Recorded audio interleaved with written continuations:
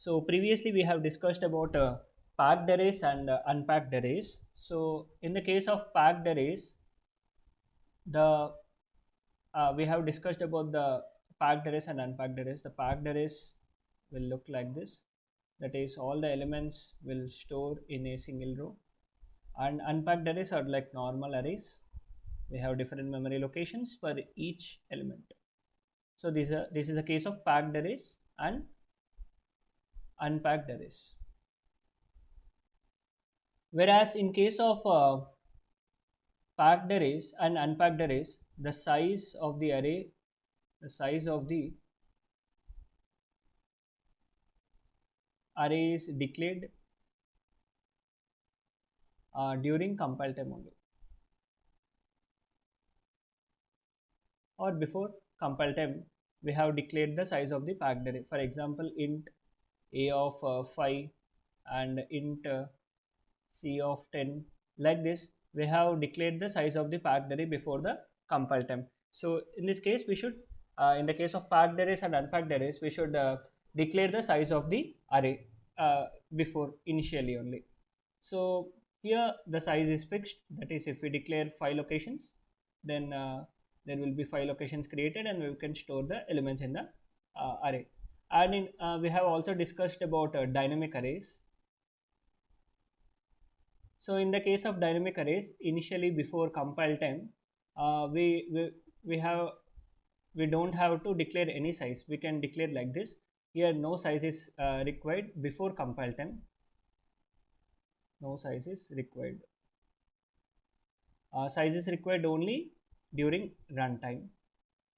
So the size of the dynamic array is declared during the runtime. So here, if we can declare the size of the dynamic array during runtime by using the keyword new. Say a is equal to new of 4.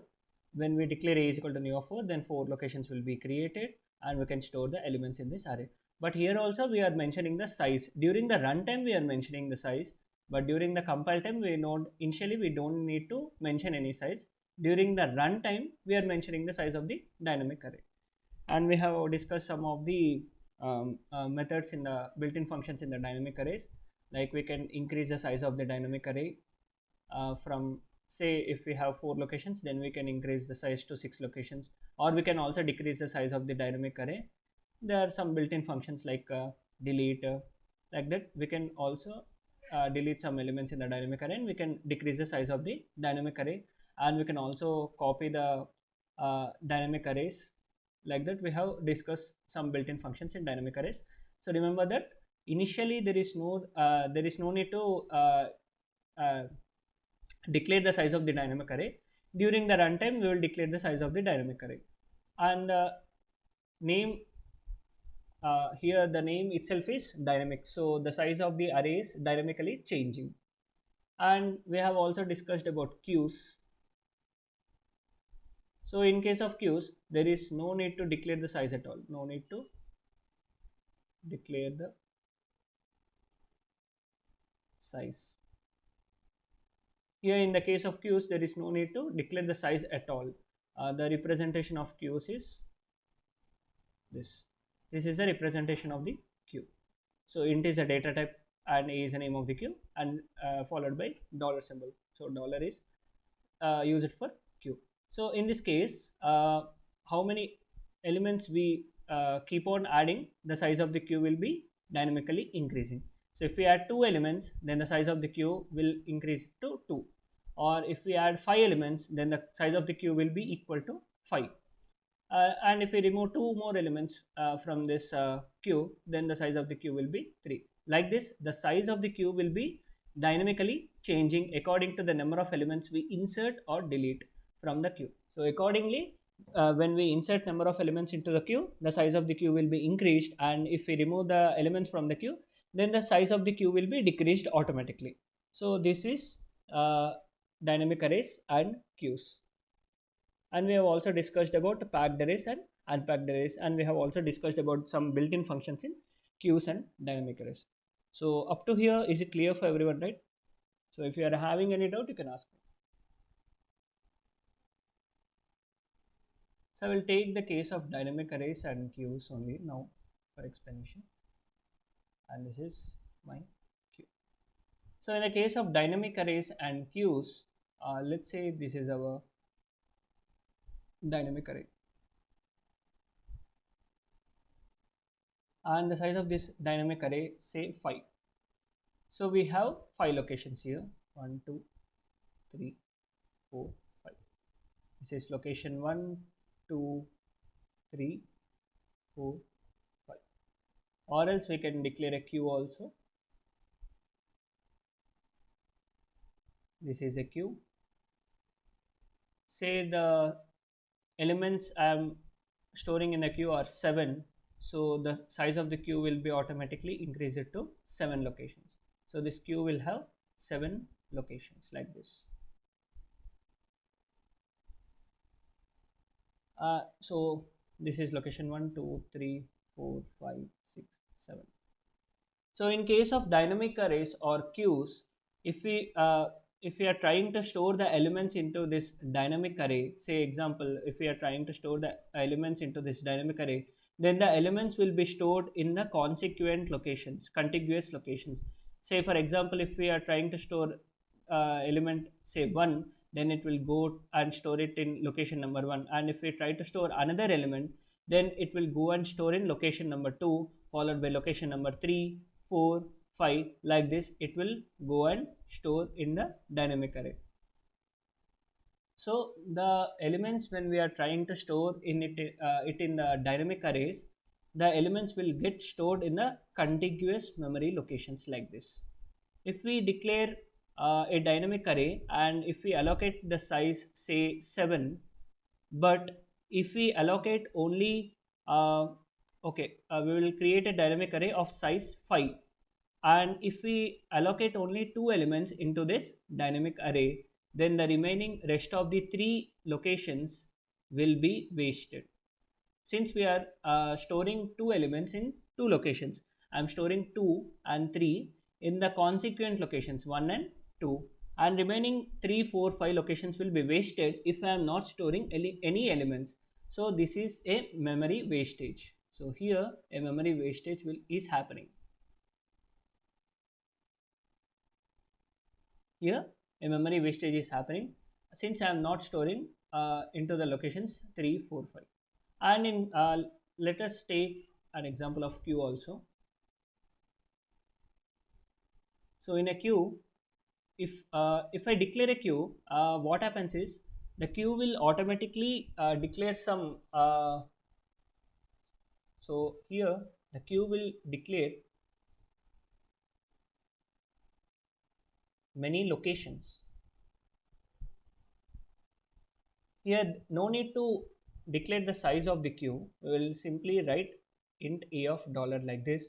So at the time of declaration of the queue, it will internally create some memory locations, some many memory locations it will internally create, and when we try to store the values into the queue, it will accept that elements and it will store it in the queue like this.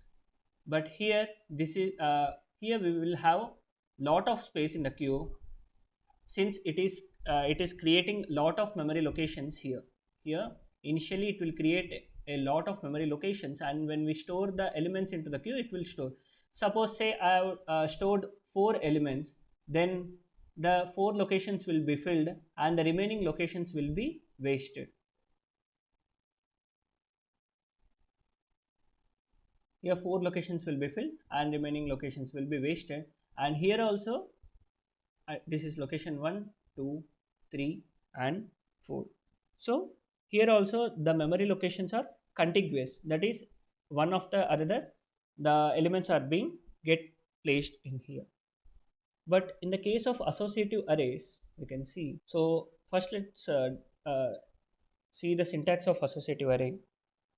So I am declaring an associative array of int type, and A is the name of the associative array, followed by star.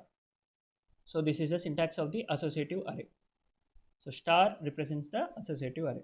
So in case of associative array, I am declaring an associative array like this, and what happens here, there is no need to declare the size of the associative array. And if I want to store any element into this associative array, then I can simply store like this. Then at the third location, here 3 is the location and 5 is the element. Then at the third location, element 5 will be stored. A of 4 is equal to 6. A of 10 is equal to 11. So I'm storing the elements in third location, fourth location, and 10th location. What happens here? So wait a minute, I will add one more step. So I'm declaring A of 4 is equal to 5, A of 10 is equal to 1, and A of 11 is not A of 11, A of 15 is equal to 2. So in the case of associative arrays, what happening here? I've declared an associative array and I'm storing some elements in the particular locations. So what happens? So only location 4 will be created, and only in location 4 the element 5 will be get stored, and in location 10 element 1 will be stored, and in location number 15 element 2 will be stored, and no other locations are getting created here. This is the important point. So location 1, location 2, and location 3, and location 5, 5 to 9, and here from 11 to 14 are not getting created at all. So this is the benefit of associative array. In the case of dynamic arrays, if we declare a dynamic array, say A is equal to new of 15, then a 15 locations will be created, allocated for us. There will be 15 memory locations allocated for us, and if we try to store 3 elements, then the elements will get stored in the 3 locations, and the remaining memory locations will be wasted. But here in the case of associative arrays, here there is no need to declare the size of the associative array, and we can store our elements in any of the location we wanted. So if I want to store this element into the location number 4, then the location 4 is allocated and the element 5 will be stored in the location 4, and remaining all locations will not get allocated at all. So there is no memory wastage at all, no memory wastage here in the case of associative array. And if I want to allocate if I want to store the element 1 in the location number 10, then the memory location 10 will be allocated for me, and I can store element 1 in this location number 10, and any other locations will not, and remaining locations will not get created at all. Ninth location, 8th location will not be allocated at all. So there is no memory wastage at all here in the case of associative arrays. So is this clear for everyone? Understood? So here the remaining locations are not at all allocated at all. Here the locations will be given according to our requirement. If I want to store the element in the location number 10, then the location number 10 will be allocated for me, and I can store the element in the location number 10. Here the main usage of associative arrays is that if I want to create a memory with 256 memory locations, then I can if I use a dynamic array, and if I give A is equal to new of 256, then for me 256 memory locations will be created using a dynamic array. What happens? I will get 256 memory locations like this. But if I have only in some cases, if I have only say 100 data items, then only 100 locations will get filled, only 100 locations will get filled, and remaining locations will be wasted, and remaining will be wasted. So here we are wasting the memory. So that's why we are choosing associative arrays for efficient memory usage, for efficient memory usage. So in the cases where we don't know how many locations we wanted, like how many say suppose in system Verilog we have a function called random. So using this random keyword, we can generate random numbers, we can generate random elements, we can generate random numbers. So when we are generating this random numbers, or when we are getting some random data, we don't know how many data we will be getting. So for storing that random data, instead of creating an array, or instead of creating a memory location using this dynamic array, so we can use this associative arrays for storing this random data. Since we don't know how many locations we needed, so if we declare an associative array, then there is no memory wastage and the memory can be used efficiently. So the main usage of associative arrays is for building the memories. So this is the introduction for associative array. So is it clear for everyone? Very important topic. This is associative arrays. So important and easy topic. So this is the introduction to associative arrays. And now let's see some example here. If we have module associative underscore test, and if I declare an associative of array of int data type a followed by I can keep okay. So there is one more concept here in the associative arrays. So coming to packed arrays, unpacked arrays, dynamic arrays, queues, the indexing is fixed. Indexing is int type. That means if I have a packed array, say int a of 10, then I can access the elements from the packed array a of 1, a of 3. Here the indexing is int type. And in case of unpacked arrays also same. And in case of dynamic arrays also, I can access the elements from int a of 4 or int a of 5, like this. So indexing is int type. Here this is the index. So the indexing is int type in this all arrays. Whereas in case of unpacked arrays, this scenario is different. So in case of associative arrays,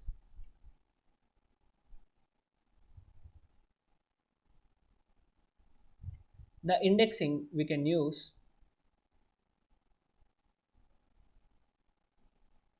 strings,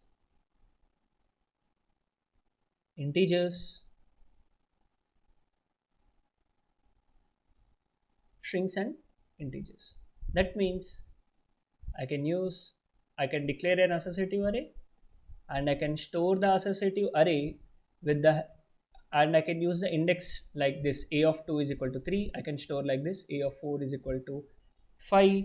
Or else I can store the elements into the associative array using the index type as string.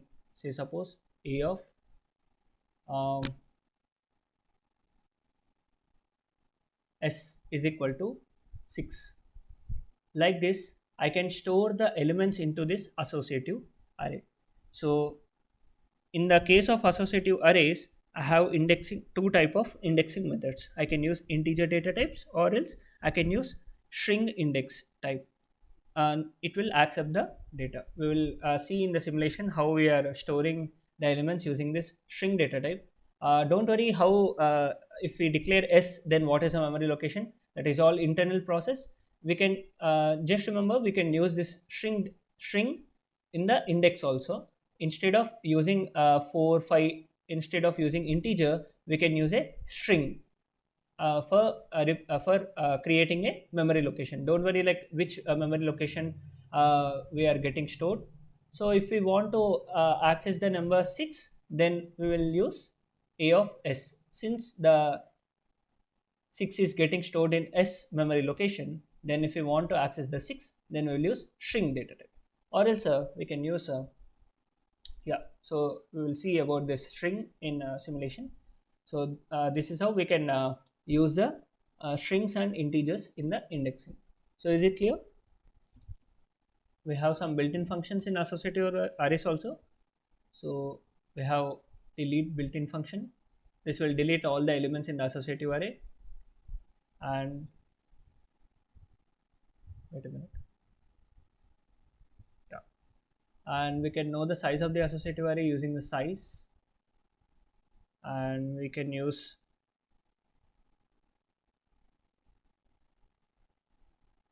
num first, last,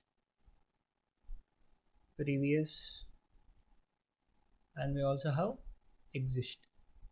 So these are the some of the built-in functions in associative array. We will discuss about this associative built-in functions with the help of coding in our next tutorial. Sorry, next session. So this is the introduction to associative arrays. So is it clear for everyone? If you are having any doubt, you can ask me.